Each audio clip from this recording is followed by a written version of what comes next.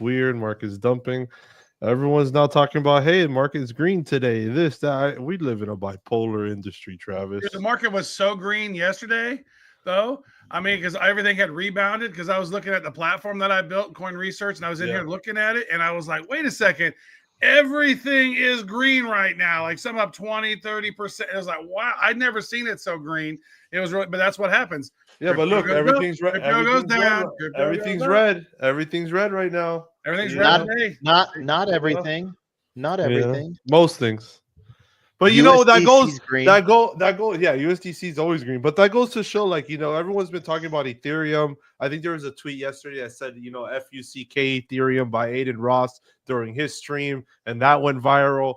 But I don't know Wait, why was that people an FUCK token? I'm gonna go load up on some no FUCK right Yeah, now. wasn't a token. They were shilling, what they were shilling, but I won't show any of their tokens and what they're doing just for not financial advice. But with that said, Ethereum seems like, what people are a little disappointed. They thought Ethereum would be going up, and with all these coins like Bitcoin, like Solana, and everyone's like, man, they're a little disappointed. And people talking about moving their money out of Ethereum to other, coins now. And I think that's interesting. And I like to take it to, first Taco. What's your thoughts there, real quick? As people start looking into this market, and are like, man, Ethereum's not going to 5,000-10,000 like I thought it would. So, What's your thought on this opinion?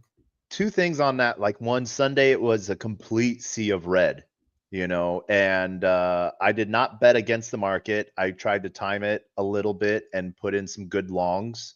And so, but then I also, leveraged LP, which was really fun. So like doing a red C LP layout was really fun. But as we saw, like the fear and greed index hopped down all the way to like 39. I think it might have gone lower, but that's where like my markers were putting it at. And the tools that I sort of love using, it was just like, I was like, this is money making time. None of these projects are dying. There's just all of this stuff going on in the political world, and in traditional finance that has really nothing to do against what we're doing. And it's just, I'm like, this is a time to buy. So it was a great time for me on loading up on some of the projects I really believe in, and some of the projects I don't, but that I know were just down. And yesterday, and then was great, and then today, like you said, it's bipolar markets. It's not, if you're really wanting to make money, it's not like trying to catch that 1000x. It's time in market. Yep, exactly. A year ago, we were, Bitcoin was at 35K. Yep. You guys got to time it right. And I'll say this to your original question, Roger, about Ethereum was, I think when Ethereum was proof of work, and we just had a big interview before this with William Quigley, who it was the very first institutional investor into PayPal. He also co-founded Tether. He also launched Wax, and he's done a bunch of other stuff. He was like one of the leaders of NFTs, and he's a big believer in Ethereum. But he said this is that, based on Bitcoin being 90 or 100,000, Ethereum should be $6,000-7,000 right now. It should be $10,000, and it's not. And so, and I would say, and what I did say was, I think the reason is all the liquidity went over to Solana, right? Because before you had ICOs in 2017, that was really one of the only things you could spend your money on was buying other shit coins in those days. And so we bought ICOs on Ethereum.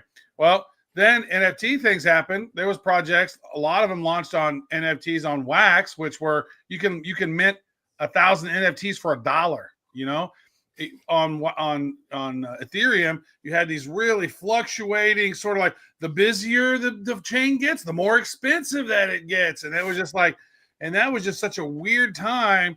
It's really one of the reasons why I neglected to jump on board with CryptoPunks, and I didn't jump on board with the Bored Apes. I probably should have had 10, 20 of those things. Because I was minting NFTs in early 2020. And so, I think that the liquidity and the luster of Ethereum is not as sexy as it used to be. And so I don't think that I don't think we'll ever see 10K on Ethereum, at least not for a very long time. I disagree with you on that. I disagree with you on that. I think you know, the biggest thing that like Solana has, there's two big things that Solana has that Ethereum doesn't, you know, a cult community, like people that like go through the trenches, everyone that's come into Ethereum in this sense, you know, Ethereum hasn't been lower than like $900 for them. You know, that they thought the world was over.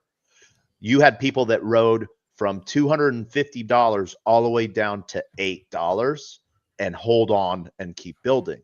And so like these are like tried and true people that like they're like, this ain't going anywhere. Now, the biggest factor on that is the Ethereum Foundation versus Solana Foundation. Solana Foundation has done an amazing job at non-CMOs, you know, and marketing and getting people driven. The Ethereum Foundation is all about, you know, as Vitalik said, soy boys, you know. And so they recognize their problem. I think that they're going to have, and their smartest brains at Ethereum Foundation went and built other things like, you know, like we're seeing like EigenLayer and stuff like that. Right. Well, Dominic Williams was one of the guys originally building Ethereum, went over and created ICP, Internet Computer Protocol, which I think is superior to every other chain at this point, but it's too technical. And it's how much do they pay you to say that? No, I love them. I'll say this. I lost almost $250,000 by holding it emotionally all the way down. And so that sucked ass. And I can say that, but it's like they don't pay me anything. And I don't hold any ICP now because I ended up selling it all because I lost a whole bunch. And I'm like, eat a dick. And so I chose my ICP has a really good technological idea execution. We'll wait to see. If we're talking technical, you can't really beat like Polkadot. You know, Polkadot's phenomenal.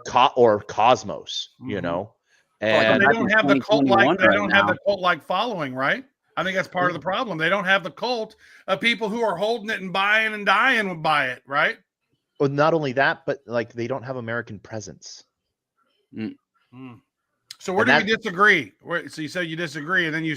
I think Ethereum will hit 10K this cycle. Really? Okay. Yeah, I think it might hit it, but that means if Bitcoin if Ethereum hits 10K, that means Bitcoin, in my opinion, has hit 250K.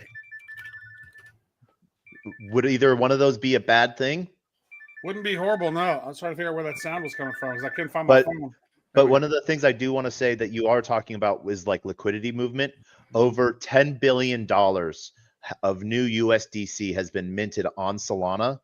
And 90% of the flow of Ethereum USDC out of Ethereum to other chains has gone to Solana. So yes, there is a huge liquidity of stables moving to Solana because I think a lot of the stuff that's getting ready on the tokenization of like assets and RWAs will find layer and find home on Solana.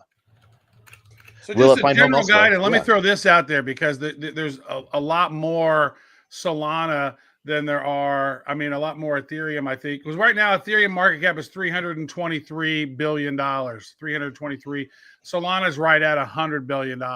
So for Solana to 3x, that's sitting at $300, or it's sitting at $600. So that's like, it does, and then, but that's just to reach the same sort of market cap as Ethereum. So we're probably not going to see $1,000 Solana for a very long time. We're not going to see big movements unless the whole market cap goes. Because I thought, and I'd like to throw this out to you, Chonky, and Roger, and also Taco and Paul, but about where do we think the top of this place is, right? Because I've always kind of thought, and I've been wrong almost every time. So just want to preface that. The first cycle we were going up in 2017, 2018, I'm like, oh my God, we're going to hit $1 trillion market cap. We're going to hit $1 trillion. Oh, we hit 840 billion, and boom. Over the next week, it was down like 40, 50%, 70%. Like, wow, it went down so quick, down to 300 something billion. Then last cycle, I was like, oh, dude, we're going to hit 5 trillion. We're going to hit 5. Nope. And then, and so this time I'm like, yeah, we're going to hit 10 trillion. So what are we going to hit? Do you think 6 trillion, 7 trillion top of market cap? No, I mean, I'm not sure too much of like, can we hit 10 finally? Can we get past that barrier? But what I do know is that, I say this all the time, and then I'll take it to our panelists to answer this more deeply. I think we're at a phase of mass adoption where we're educating the masses. And when that phase is done, and we don't have a timeline on that, it could be a year, it could be 2 years, could be 5 years, could be 10 years till we see mass adoption to the full scale we wanted to see it.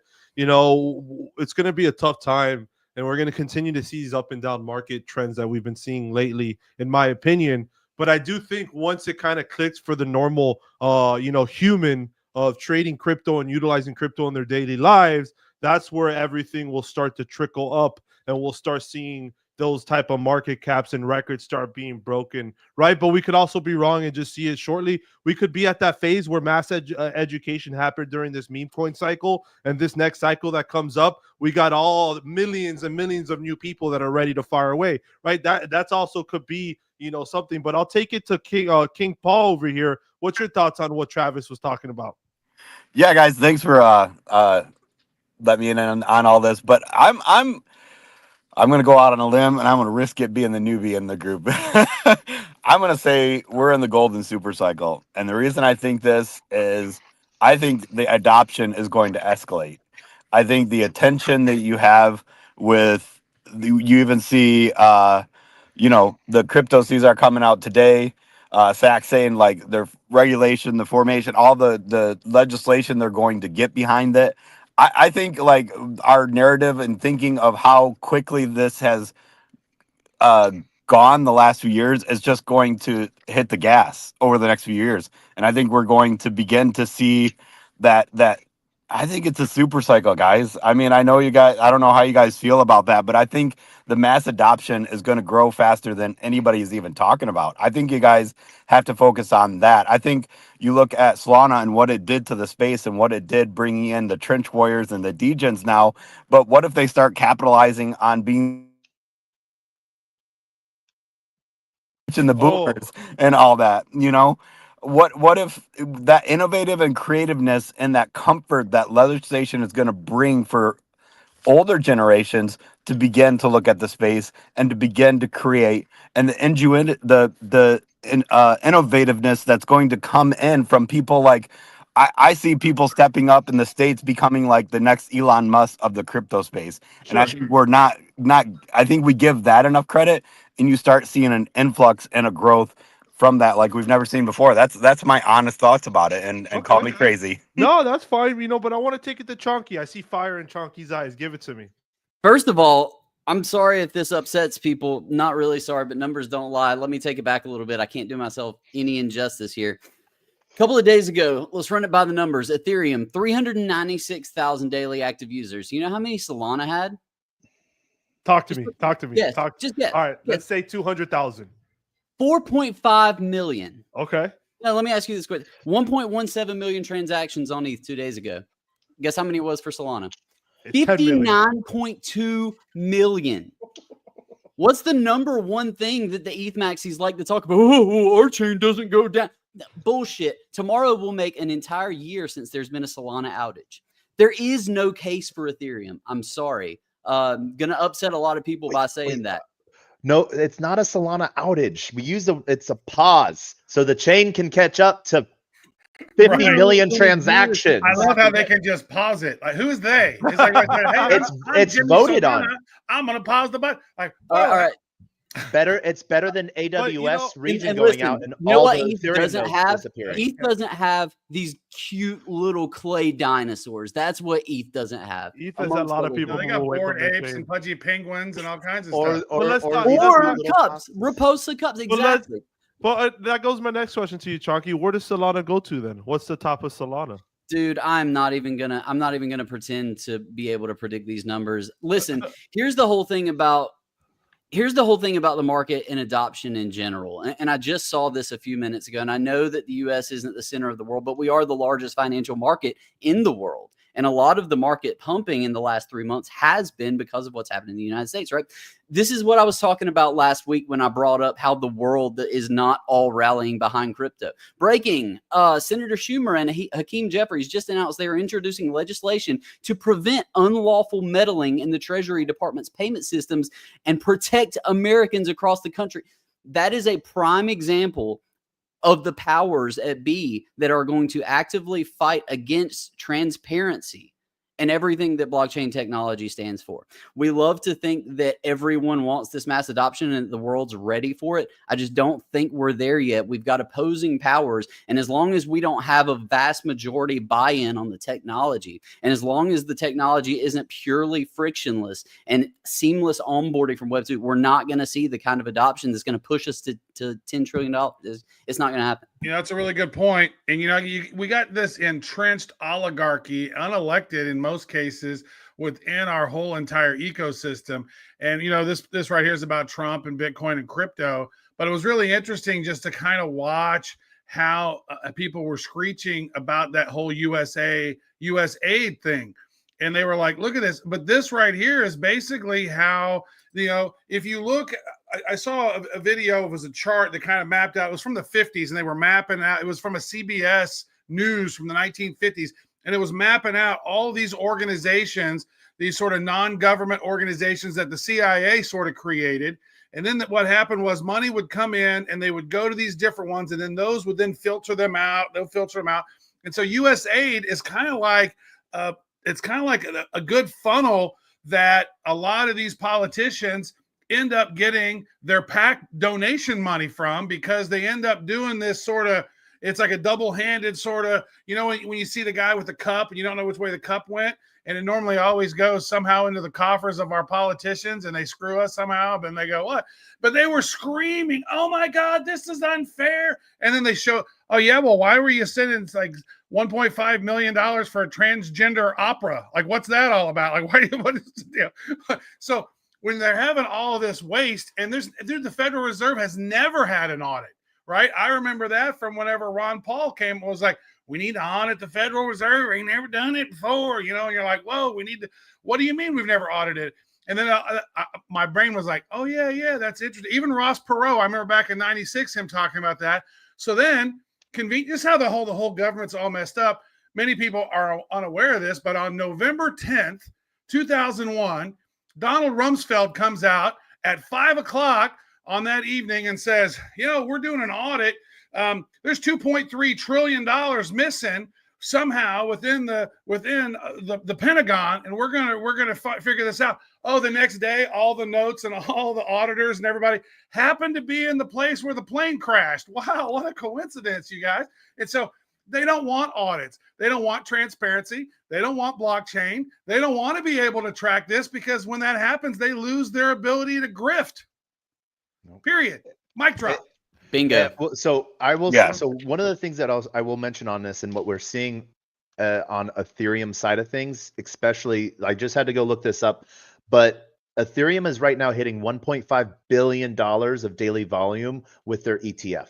So even though there might not be direct exposure, there is mass adoption or institutional adoption, and this is what it looks like. Everyone wanted the institutions here. What do you think the institutions have been doing for decades? They've been playing with the markets. Now we want them to play with ours. Really good point, because look at this. Just even in the last 24 hours, Ethereum's 24-hour volume, $54 billion. Solana's volume, $8.5 billion. So it's like, where's all that money going? And you're saying it's only $1.5 billion of ETF. So where's the other 50 billion in transactions happening? It's all those other L2s, right? I guess it's the transactions and everything's happening, because I've always looked at Ethereum as sort of like the highway, you know, and back in the day, back in the 50s, when they were building the interstates, you would have these big highways, and they would oftentimes they would sort of just go around these towns and cities. And that's why you have all these dead towns in certain places around these big interstates. Then what ended up happening was, these cities started being built around these big highways. And then sort of Polkadot, I've always looked at it like, well, that's the land that all these highways are built upon, right? And they're all connected through the interstate model. But Ethereum as an L1 is like this highway. Then all these L2s and all these ERC20s are built on top of it nearby, utilizing that infrastructure. So it's very symbiotic. But I mean, when you're looking at that, Tether 78 billion, Bitcoin 65 billion, Ethereum 53 billion, XRP 11 billion, Solana 8 billion, and Dogecoin 4 billion. So like that's a whole lot of money still flowing through that ecosystem for the price not to pop at all. And it will. This is the thing. Both prices of Solana will go up, prices of Bitcoin will go up, prices of Ethereum will go up. Now, will that go up 100x in the next week? No, we know it won't. Just because, one, people are going to take profit. That is the whole purpose of all of this. That's where people then go gamble on newer utility projects, non-utility projects, aka memes, or they just go buy the derivative of the derivative of the derivative. Now you can go buy from like butt coin to fart coin to shark coin to leaky pant coin to Come rocket. Did you see that Safe Moon is having a comeback? Someone launched a Safe Moon on Solana as a pump fund. Jesus Christ. Didn't we learn our lesson the first time? No, we did not learn our lesson. None of the degens learned their lessons. Nobody learned it years ago. Nobody learned it from what do you call him, Jason Derulo. Nobody learned it from literally anybody that's come in the space and launched like. Watch out for Chuck Liddell. He's going to be the. Dude, did you see what he did? What a Chad! What an absolute Chad! Oh my God. Okay, I don't know what he did, but I saw him make a post that said, what Solana meme coin should I be looking at? And that was like the same post that Sahil had all of these other celebrities write before launching a token. No. You know what he posted after that? No, what? He posted the CA for GigaChad. Okay, so he was. Right. He's an absolute Chad, dude. No, I was thinking the same thing, right? I was like, here we go again, and then I saw it and checked the CA and was like, oh, this is brilliant. What a monster. You want to know who the weirdest person one of the weirdest people that I have that follows me that probably might follow you too? John Cena. Follows everybody. No, I haven't seen it. Oh, it's not him. It's like a bot. You just shot my heart. Yeah, it's a thing. It actually, like, people don't understand, like, Twitter, before Twitter became X, like, first of all, X had a huge bot problem. First of all, John Cena follows 953,000 people. If you think John Cena, the multi-millionaire, is sitting there following 953,000 people, it's just not happening. But with that said, dude, same thing. Obama follows me. I don't follow Obama, but his Obama followed me somehow. Correct. They've been using AI. Talking to me? What is going on? Well, Travis, that actually goes, and I know it's not a huge topic. We're not going to touch too much on it, but it goes back to AI. Like, people have been using AI for long times. These are AI systems. They were using automated systems. Yeah. That wasn't AI. It was automated systems. You could say it's not learning and getting better when it's doing it, but it's an automated system in some ways. That what we're going to be doing with AI, it's going to be automated systems for us put in place. It's just not. Dude, bots have been around forever. They just do one thing. The thing is, they're programmed to do one thing, and they go and do it, and they're very good at it over and over. And people don't understand too, it was almost uncontrollable. When you were gaining hundreds of thousands of followers, maybe organically on X, there was another hundreds of thousands, if not millions of bots following that. So it was almost like you couldn't control it either. Mm-hmm. So like most of your favorite celebrities. Sometimes you'd follow somebody and then a bunch would follow back. Correct. You now just follow that person. Literally 99%. A lot of that's been cleaned up. Now it's actually, in some ways, I think TikTok's probably the easiest place to get followers. Like, I think people are kind of stingy with their followings now because, like, in the early days of, social media, like, oh, follow. Oh, these guys look great. Because it was really cool. There wasn't a lot of animosity or grumpiness. Dude, when I got on Twitter for the first time, I went to the Web 2 conference because Web 2 had just happened. And this was in April of 2007 is when I got on Twitter. And then to think in April, it'll be 18 years that I've been on that social media platform. That's pretty early adopting on that platform. And the same thing with Facebook. I loved social media, but social media has been a detriment to civilization in a lot of ways because it helped the powers that be divide us more so than ever before through the dispersal of certain propagandas. And then you get told a lie enough, then you believe it's 100% to be the truth. 51 intelligence agencies signed this thing. What do you mean it's real? Of course it's real. Like, they're not even going to question it. And so it's so hard to break through the cognitive dissonance on a lot of people. I know we're talking Trump and Bitcoin and crypto here. And it's like, I think that I like how King Paul said, the golden super cycle. Let's just hope it's not the golden showers super cycle, because that happens too. But I gotta Here's agree the with you unicorn for to that. I gotta agree with you to a point, but also like you say that social media can be used in that way, but I also see that social media can break us free from that too at the same token. And I think that's a lot of the things that we're running into. Like when you see with meme coins, a lot of the meme coins can be like, here and there and whatever around a narrative, but a lot of them are shifted around a cultural moment too.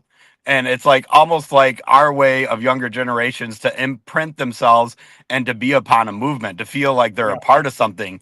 And I feel when you talk about social media and movement and those type of things, I think we're going to start seeing more of those become like, oh yeah, I was a part of that. I was a part of something and doing something. And I could see, like, as much as social media is used for unjust things, you see people like Elon starting to use it to break through when you begin to get other voices that would have never had a voice before too. And I think that's a lot of what we see this culture going into with crypto as a whole. And this new legislative is really bringing back the innovativeness and really bringing back rallying points for younger generations to get around that maybe they haven't had before. Like, all of us had points that we rallied around when we were young. And I think that's a way that younger generations begin to feel a part of that. And so I think that's going to begin to shift, that social media can really be a way to break through to people. And I think you start seeing that too with this last election cycle. I mean, you start getting the filter bubble going, though. That's when the problem happens, when you just see certain things and they use the algorithms against you to only see certain things. Oh yeah, no, you're 100% right. With like people's got to change. That's got to change. And that's kind of on us with the innovativeness of how we do that. But I do agree, because here we all are on social media, right? Yeah. And it reminds me kind of meme coins. While you were talking, I was thinking about this. Like, before meme coins, like when something cultural would happen, I would immediately go rush and buy the .com of that. I would go buy the domain name exactly for it, right? Or now I go buy the ENS. I would go and get like the fake Twitter handle for that person and create a parody of it just for laughs, right? Like that. Like there was a bunch of scenarios. I have a bunch of random little Twitter accounts that I grew to thousands of followers because there was something happened, and then I would just send out funny tweets about that, and like I was that person. And so, but now meme coins, it's like the meme coin cycle though, Roger, is like whoo, whoo, and you're like, wow, did you catch it? Because that was the quickest way. That's crazy, but I think that's going to change. I think it can surround around movements as well. Like you saw that with. Okay, yeah, we know what the Trump and a Milana coin and all that, but it was surrounded around a movement.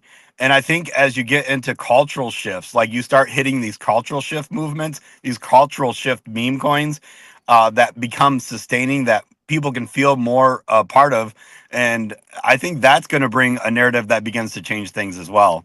I think that's a whole natural like thing. And we saw it early in that. We saw like with what some of the early on meme coins that you began to get this movement behind it, and that's what drove it and sustained it to today. So now we're even going to be talking about, once we go through the Bitcoin cycle and the altcoin cycle, we all know there's going to be a meme cycle, and what's going to happen with those memes that were there originally that are the more prominent ones. But I think you're going to see other ones begin to rise up that can harness a movement, and I see that in a lot of the things that are coming out today that are going to be even more like I'll just be honest, one of the big ones I'm involved in is Made in America, and it goes around that whole meta. You begin to see like crypto exchanges are beginning to create a Made in America meta just because around the talk around this administration.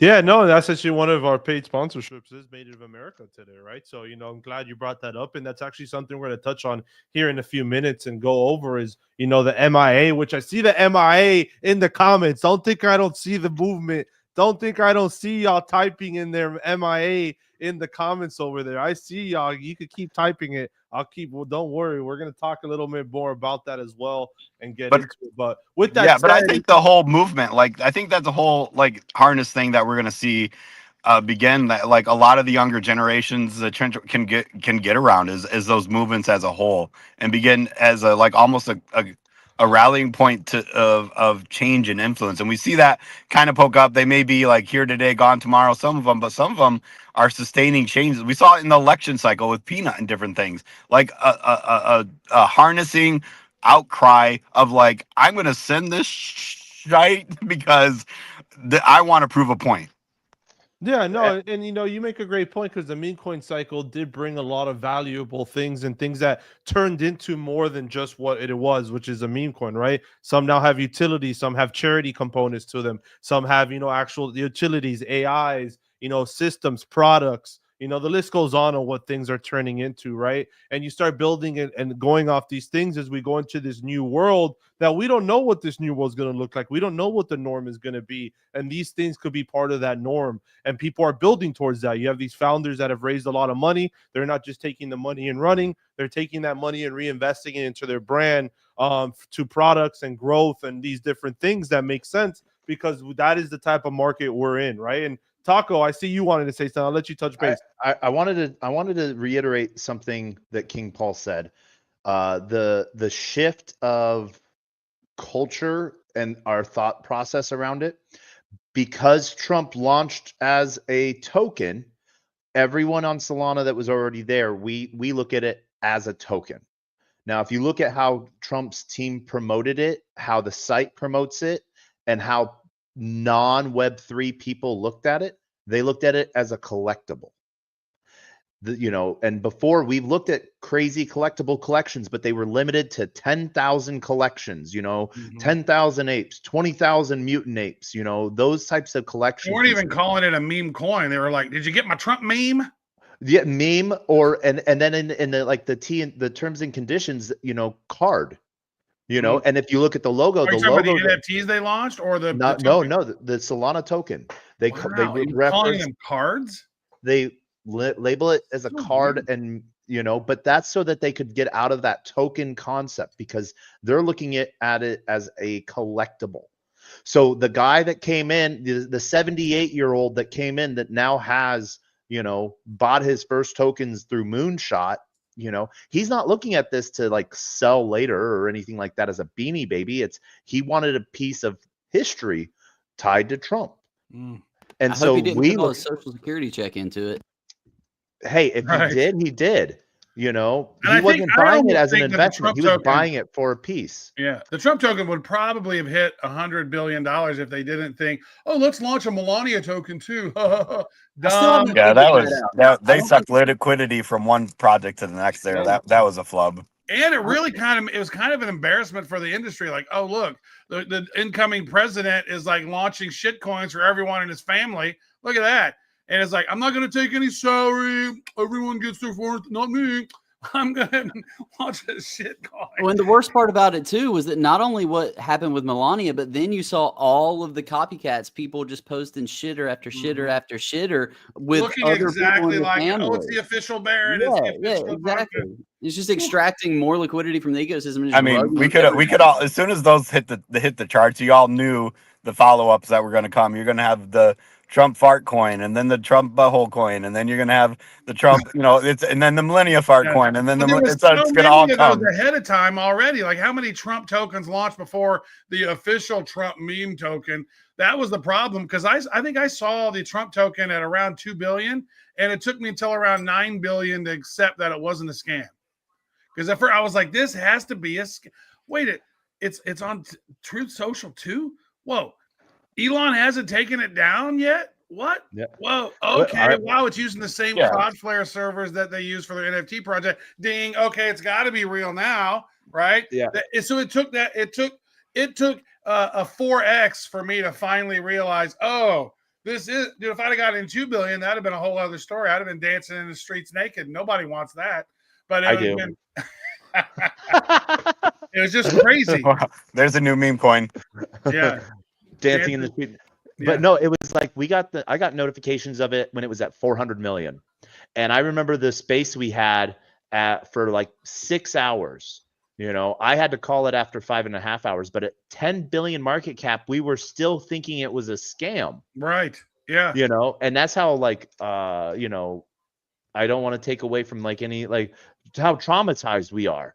you Dude. know, like at things, you know, and That so thing could have been a multiple $100 billion if they didn't launch the Milani one, just launch that one, and like that. Because my thought was, oh, are they going to put some of that Trump token in the strategic crypto reserve? Like what are they? And then what I had read was something from some attorney that said, oh, we're going to launch the USA coin on the day after the inauguration or whatever. And I was like, oh, but instead it was very hastily made. The whole Milani one was registered that day, so the Milani one totally looked like a scam. It wasn't well thought out.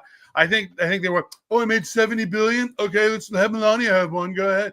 I'm like, dude, doesn't she have your same last name? Just spin her off a little bit of allocation, bro. That would look really bad. It kind of made me not happy with how they did that. And the teams are completely different. Like on Melania's site, they call it a token, you know.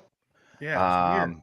And so, like, if I had wanted to, if I was going to do that, and how we would look at this differently, like, I would have launched the Melania token, but I would have only I would have created the liquidity pool with Trump token. So to get Melania, you have to go through Trump. Oh, dude, that would have been so good.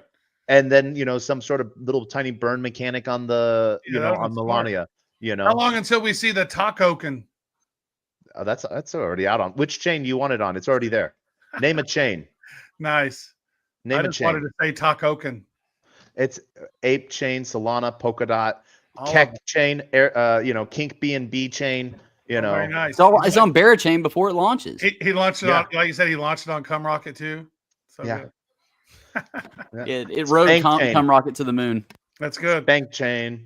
Here we go, Roger. Are we ready? Let's go ahead and bring this home to the AMA, brother. We've had some great conversation. And then also Taco and Chonky, if you guys have some questions for King Paul as well as we roll this thing out, we'll just keep the convo rolling. So you want to kick it over there, Mr. Roger? Yeah, I'll kick it off. And, first I want to, talk about and give a shout out for Mario's company, IBC, who's been around since 2017. They've been working with some of the biggest projects in the space, Travis, as you know, some of the biggest on Binance that launched last year. They also have a massive department working on AI agents, platforms in Web 2 and Web 3. So if you're a VC-backed project, a meme token, an AI project, or a listed project, reach out. They're one of the most active investors in the space and also do incubation and marketing services. Definitely DM Mario's account or the Roundtable account, and the team will connect you to IBC. And with that said, I do want to take it to our sponsored guest here, Made in America. First of all, thank you for coming on here today, King Paul, and representing and talking about MIA. First, I kind of give the people, what is MIA about? What is MIA? Let us know for the people that are maybe just tuning in. Yeah, so Made in America, I got in on this project pretty early on. It launched Inauguration Day.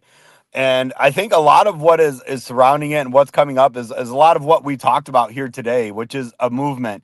The inception of the coin was based around a movement and a connection to people that we just wanted to be a part of embolizing that Made in America thinking. You think back to, all the things that are being said in the space right now, like Trump and his family coming out and saying that there'll be no capital gains tax on Made in America crypto.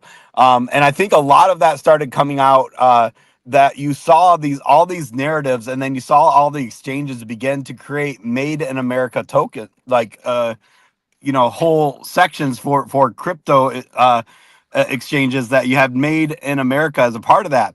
And we began to just wanted to embrace that movement. You've seen it been in America for years.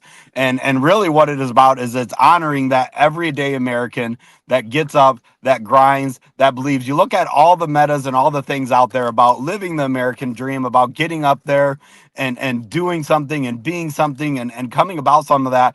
And really what fuels all that is the people that are part of being Made in America. It's about that worker that gets up and every morning at 4 a.m. to go to the factory, to produce the products, to make our community better. And it's what we talked about before, even coming back to crypto, where the U.S. wanting to be the leader in that, wanting to have innovation. It's honoring the people like on the everyday scale that want to do something with life. We were raised on the younger generations. You see like Gary Vee out there, and you see the different people out there saying about, F this, just go after what you love, go after what your passion is. And we tie that back to being made in America because you're showing up to your community, you're doing your passion every day, and you're producing something. That's something we cultivated here. You think about American Muscle and the Mustang and the different things we saw decades ago, and it's captivated that in the entrepreneur today. We see that today happening in our culture with creators and content creators and being made in America.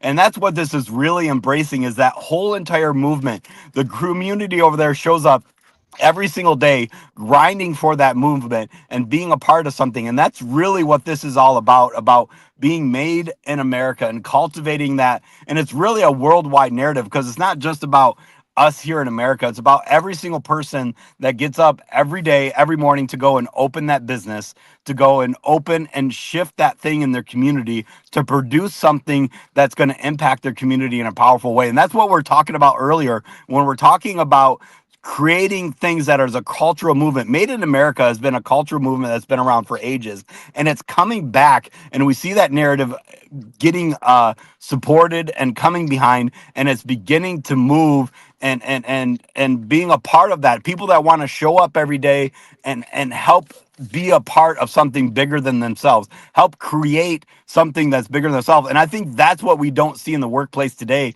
And I think this is why it's gaining so much momentum and seeing it bust so much out the gate.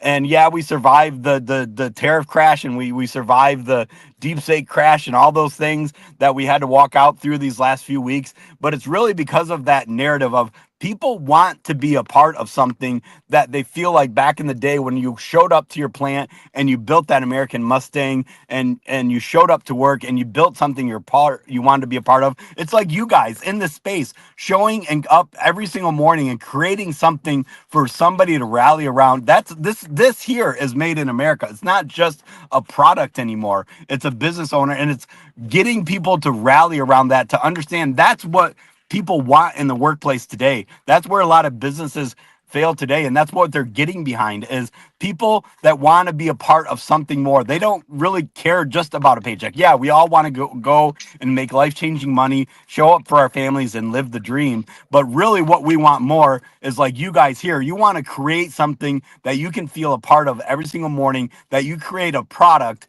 or content or whatever it may be that goes out and changes and impacts the community. And that's what this is about. This is why I say when we talk about cultural shifts and movements, that's what this is. That's what we're beginning to see show up in the meme culture.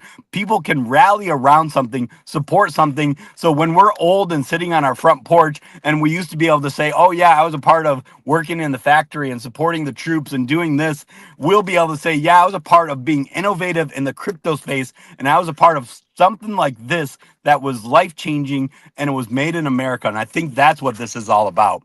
Is that good enough? Made in America. So was this a community takeover, or was this how did this transcribe? No, it just kind of it was launched by a dev and a team. The team has been grinding there from day one. They've been showing up 24/7. They have a fabulous, amazing team. This dev shows up every single day. This team shows up. They have new content created every day. Dumped anything? Because I was looking at the charts there, and I was like, I see a lot of wallets. I see 15,000 plus wallets, which is very impressive. And I also see the top holders and the top transactions, a lot of wallets that maybe sold along the way. So are most of those people out then, I would assume? I would say, yeah, from the beginning, but then we also have a lot of things that are being held on to, a lot of good things. So a lot of, I think in the beginning you get people that, get into a project just for launch. But I think this is what we're doing. Going to cheat. Yeah. They're going to, you get that. I mean, okay, you get in at 80,000, you go to 10 million. What are you going to do? Right. But this is what I'm talking about. It's sustaining the Lawner movement. Now you see it. We survived all those things. it's coming back up, and really it's embracing the movement now that's coming within this group of people showing up every day and wanting to be more. And that's what I encourage the community every day, is to show up and be a part of the movement. Like if you want to go and honor somebody in your community, write up an article and share it in our community about somebody that's showing up to work every day trying to share their family. That's what I talk about when we want to see this become a movement, and it is becoming a movement, is that type of thing, like that type of community to come start taking over that we see in things that begin to just change the culture and shift the culture. And it's captivating something that's been here for decades. And I think this whole administration, this time in our history, when we talk about transparency and fighting back against the government, I think that's what a lot of this is the everyday average Joe showing up to make a difference. But yeah, we have a lot of people. And what I that are like giving about out. Made in America, there's no tariffs. Absolutely Right. none. Yeah. So one of the things that we see, like with a lot of different tokens that sort of get like cultural shifted, I guess, or cultural focused, like, and you're talking more community focused. What are some of like the things you guys are doing at like a community level? So yeah, on a community level, we have a lot of fun things we put in from day one. So we have like an AI show bot. So say Travis, you wanted to go into the group and you put /video and typed a message, it would actually create a video of Trump saying that at his desk. So you could say something to Roger like, you know, whatever you want to put in there and share it to and download it to your phone and share it to your ex. I think that's a really creative thing. We got the audio bot. We have a lot of AI technology within the community to just have fun with, to get out there. You literally can go in there and just create so much as a community. And I think that's one of the things that we surround ourselves with every single day, is just going in there, going out into, you know, finding creative ways to surround that. You know, we also have the Mia news source bot. So we created a whole entire Twitter that just brings in all the Made in America news and shuffles that in, that people can follow to get updates on stuff that specifically too about being made in America and American news. So there's a lot of things that we're continually growing, continually grinding to begin to have that community fun and actually begin to push this out into a cultural community. And we have creative content, we have TikToks, all the things that are needed to really just have this community come around and enjoy. Yeah, you talk about, you know, you guys organize cool things. One of the things you guys like to organize, it says here, is raids, right? And you guys are constantly getting done. What does raiding look like, and what type of success have you had with that? Yeah, so rating for us is you got to have it. I mean, in any type of movement or community, you have to raid nonstop. And we have a whole entire raid group dedicated to that. And that's just, I mean, raiding, all that is just getting the word out. It's finding ways within the X space that's relevant, to just share your message, to share being a part, growing in the movement. And so you go out and you join in influencers, and we have a lot of big influencers, right from the get-go, that have been a part of this from day one. They're still on board. You know, here we're almost over a week into this, and they still are very much behind us, very much supportive of the community.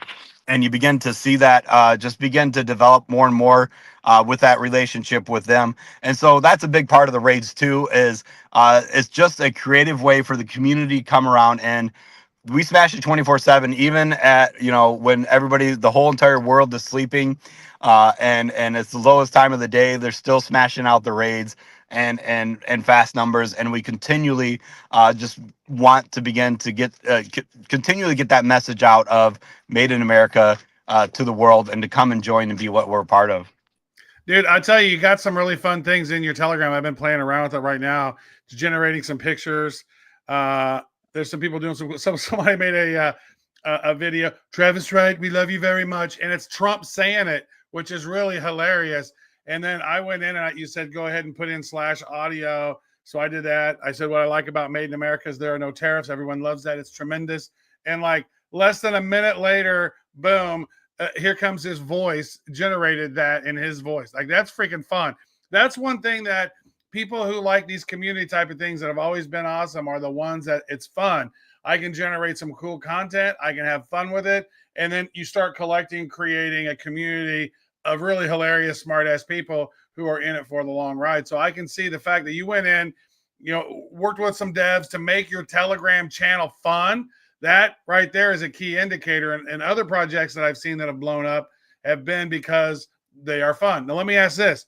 The fact that Trump launched an official token, it kind of killed Politify. So, at least put a dent in it, it hampered it a little bit. What is MIA going to do maybe over these next 6 months or so to keep that thing rolling and have it turn into a movement? Because I think for some people, Trump creating the official one might have taken some of the steam out of the space. Yeah, I just joined the Telegram chat too myself, and that thing's moving too, huh? But go ahead and King Paul, we're getting to wrap up. Talk a little bit more about what you guys are building towards. Yeah, I think for us, I don't think we're worried about that. And the reason we're not worried about that is because as of Made in America, all those tokens that are being created, if you went over to any of the exchanges, like, all right, I think on CMC, you can pull up a Made in America category. And those are all within the Made in America category. So I think for us going forward is just beginning to continue to highlight that as a community, that Made in America is the future, especially within crypto. Look at what you've seen and talked about the last few weeks in crypto with the like I talked about earlier, the no capital gains tax. I think for us going forward is just bringing that narrative to light, continuing to have those things happen, and going back to the video bot, which I think is fun, is if you have an older grandparent, you could literally put in there, your grandparent's name and have Trump wish him a happy birthday or something and send it to him. They probably think it's really him. So I thought that was a fun thing I was messing with the other day. But I think for us going forward, I think it's continually focusing on that, continually growing. Like, yeah, you're going to have, you're going to have more political coins come up. No doubt about it. But those are all inside Made in America. Even the, memes and the blockchains and all the future that's going to happen, Elon Musk and all those narratives are going to go in the Made in America category. And I think that's what people need to step back and say. When I say about a movement and a culture, it's getting those innovators, getting those devs within the group that want to create those Made in America products. So the future of Made in America is collaborating and bringing in those people that want to have Made in America projects and supporting them and being a part of something more every single day. And I think that's a big part of it. And we're getting we're getting that to begin to happen. I don't know if you even guys saw that, but the AI XBT agent tweeted about us too. And, with the hashtag Made in America already out there, we continue to drive that every single day.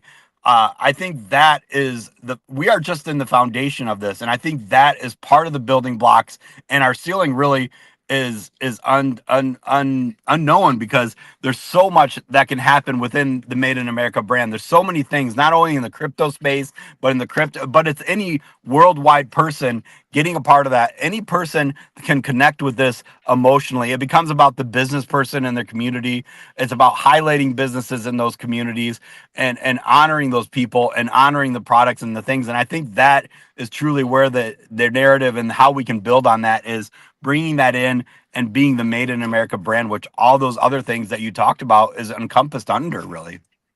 And you guys are definitely showing that as you guys, continue to grow with your community, as I see, and, as we wrap up here, because we got about 2 minutes left, King Paul, talk to maybe some viewers that might have just joined. Where can they find you? Where should they go? Is it X? Is it Telegram? Is it all of the above? Talk to us. The floor is yours. Close us out with where the audience could find you, follow you guys, and join the movement, as you would say.